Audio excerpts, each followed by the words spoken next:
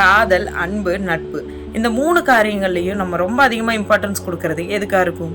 என்னுடைய ஒரு அபிப்பிராயம் கேட்டிங்கன்னா, இந்த 3 காரியங்கள்லையும் ரொம்ப லாஸ்ட்டாக இருக்கிறது காதல் தானே. காதலிக்கிறது நல்லதுதான். ஒரு ஆளை காதலிக்கிறது, ஒரு ஆளோட காதலை அனுபவிக்கிறது அப்படிங்கிறதெல்லாம் ஒரு சாதாரண மனுஷங்க ஆசைப்படுற காரியங்கள் தான். ஆனால் இந்த காதலை விட நல்லது அன்பு செய்கிறது தான், இல்லையா? ஏன்னா இந்த காதல் பல சமயம் கேட்க சுகம் தோணுற சில வார்த்தைகள் மட்டுமாவே இருக்கும்போது, அன்புன்னு சொல்கிறது நமக்கு நல்ல ஆழத்தில் அனுபவிக்க முடிகிற நிறைய நல்ல காரியங்களாக இருக்கும். இனி இந்த காதல் ஒரு ஆளுக்குள்ளேயே நம்மளை சுருக்கி வைக்கும்போது, அன்பு இருக்குல்ல, அது பல பேருக்கு முன்னாடி நம்மளை பெருசாக்கி காமிக்கும்.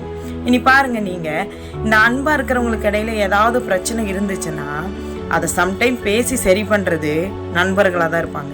அப்போது இந்த அன்பை விட இம்பார்ட்டன்ஸ் நட்புக்கு தான், இல்லையா?